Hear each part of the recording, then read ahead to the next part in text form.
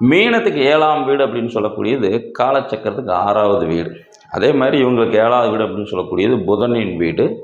இவர்களுக்கு வரக்கூடிய மனைவி எப்படி இருப்பாங்க அப்படின்னு சொல்லி பார்க்குறப்ப, அவர்களுக்கு வரக்கூடிய மனைவி நல்ல புத்திசாலித்தனமான மனைவியாக வருவாங்க.